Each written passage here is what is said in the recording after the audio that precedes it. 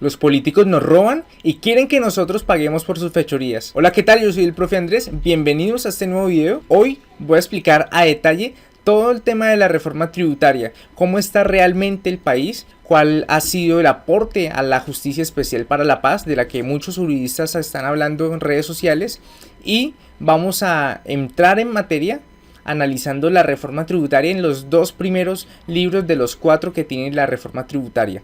Sin más que añadir, comencemos. Bien, ¿cuál es el contexto económico? El contexto económico es que el presupuesto general de la nación se aprobó por 313,9 billones de pesos. Recuerde que un billón de pesos es un 1 y 12 ceros a la derecha. Y aquí lo puede ver en pantalla como es 313 billones de pesos.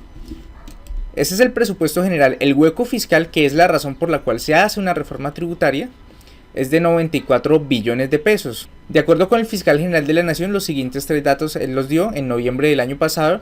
Existen riesgo en contratos por corrupción 90 billones de pesos, y más o menos al año aproximadamente hay 38.453 reportes de corrupción en este país, de los cuales solamente el 38% se esclarece, frente a un 62% que pues precisamente no se esclarece. Entonces aquí tenemos dos detalles importantes: el hueco fiscal 94, pero se roban 90. Vamos a hablar de ese tema de los 90 billones de pesos en términos, digamos, más sencillos, más manejables, y es que en Colombia, y usted lo puede ver acá, se roban por segundo 2.893.000 pesos. Eso es una locura, por segundo. ¿Sabe cuántos segundos tiene un año? Se lo dejo de tarea. Es una locura lo que se roban, es una auténtica locura.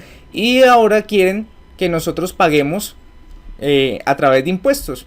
Yo personalmente estoy en contra de esas alzas de impuestos frente a tanta corrupción, me parece absurdo. Entonces aquí no hay que caer en los juegos de los políticos de polarizar al mismo pueblo, no, que es que paguen las iglesias, que paguen los ricos, que paguen los pobres, que paguen la clase media, que porque los pobres tienen ingreso solidario. No, aquí hay un tema de corrupción profundo, y vamos a ver cómo es ese tema del hueco fiscal, cómo ha sido en el gobierno Duque, pero en gobiernos anteriores ha habido. Y es que en el año 2018 Iván Duque asume la presidencia, dicen que hay un hueco fiscal de 14 billones de pesos. Se crea la ley de financiamiento, que fue la reforma tributaria, que recaudó 7,5 billones de pesos. En el año 2019 ya el hueco fiscal eran 11 billones, 11,4 billones. Se crea la ley de crecimiento económico, que era la reforma tributaria del año, y recaudó 13,5 billones.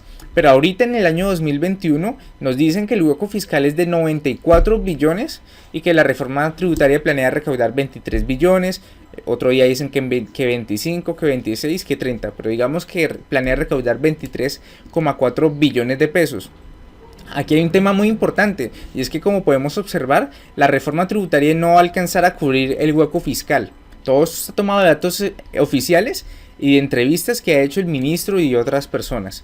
Entonces, lo que él ha dicho es que ese excedente lo entrarían a financiar con deuda, es decir, vamos a endeudar el país. Me imagino que a través de deuda externa. Y lo otro es que si hace falta, van a terminar vendiendo, y yo creo la verdad que sí van a terminar vendiendo, por ejemplo, la parte de Ecopetrol, la parte que le corresponde al Estado, a nosotros pues, y algunas empresas pues públicas. Se van a deshacer de activos de la nación para cubrir esos huecos. Y esto es muy delicado porque el año entrante, digamos, lo van a cubrir, por decir algo, cubren el hueco fiscal. El año entrante, el gobierno que sea Iván Duque o sea el que quede presidente, va a decir: no, es que no tenemos con qué pagar esos préstamos que sacamos para tapar el hueco fiscal, tenemos que hacer otra reforma tributaria, y así vamos a seguir cada año, básicamente. Entonces, todo esto es importante conocer este contexto para que no nos dejemos meter los dedos a la boca.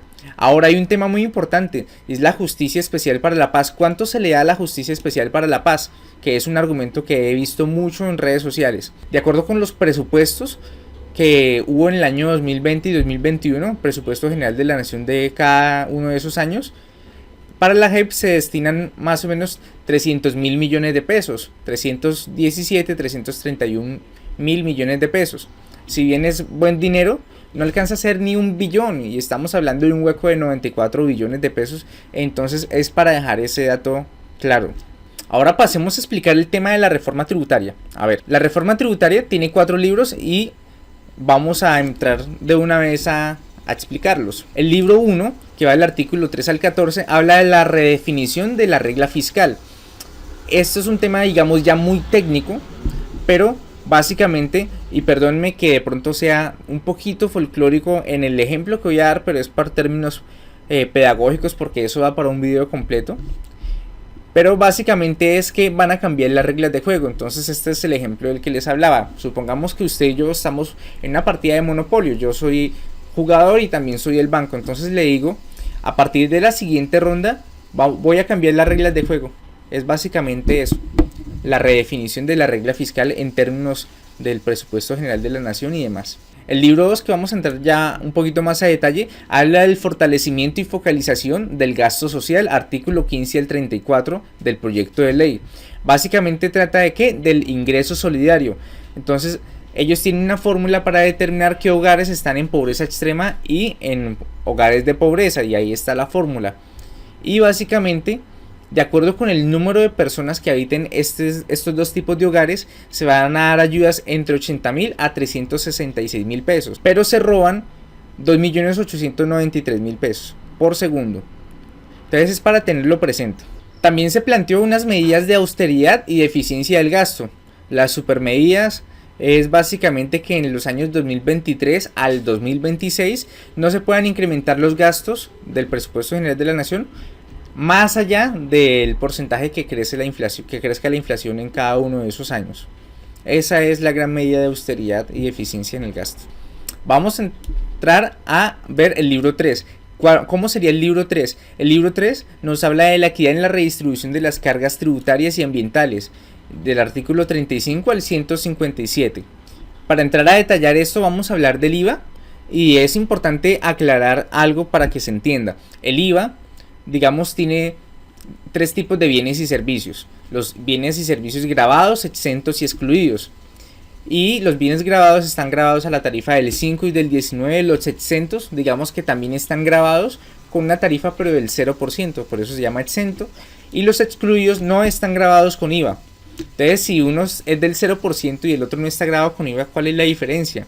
La diferencia de los bienes exentos y los excluidos es que los productores de bienes exentos son responsables de IVA, y al ser responsables de IVA ellos declaran el IVA. Entonces, en todas las compras que ellos hagan normalmente pagan un IVA, y ese IVA se lo pueden reclamar a la DIAN y la DIAN se los va a devolver.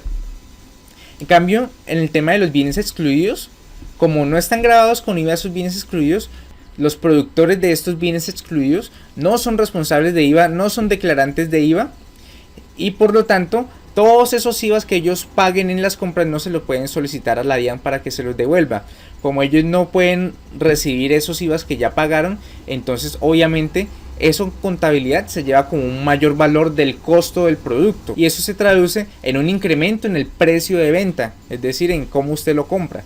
En conclusión, si nosotros pasamos bienes exentos a bienes excluidos, eso va a hacer que esos bienes se vuelvan más caros. Es básicamente eso. Entonces, ¿qué va a quedar con IVA? Servicios públicos de estratos 4, 5 y 6, que es agua, luz y gas. El internet va a quedar grabado con IVA de estratos 3, 4, 5 y 6. Los servicios funerarios, o sea, ahora por morirse va a tener que pagar este impuesto la persona que es el tema de los servicios funerarios pagos. Y comisiones por utilización de tarjetas de débito y crédito va a estar grabado con IVA. Usted utiliza tarjeta de débito o crédito, pues las comisiones van a incrementar en su valor por el tema del IVA. ¿Qué se va a poner más caro? Es decir, que va a pasar de exento a excluido. La carne, el pollo, el pescado, la leche, los huevos, las vitaminas, los antibióticos, las glándulas, los medicamentos, los libros, las revistas de carácter científico y de cultura. Las armas van a estar excluidas de IVA. Y hasta aquí esta primera parte del estudio de la reforma tributaria. Esperen la segunda, que vamos a empezar a tratar todo el tema del impuesto de renta a las personas naturales y jurídicas. Vamos a tratar todo el tema de los ingresos altos y absolutamente todos los nuevos impuestos que van a añadirse en esta reforma tributaria de aprobarse tal como está. Y no se pueden perder la joyita que hay en uno de los artículos finales de este proyecto de ley. Es una joyita, es impresionante. Mientras usted veía este video, se robaron casi 2.000 millones de pesos.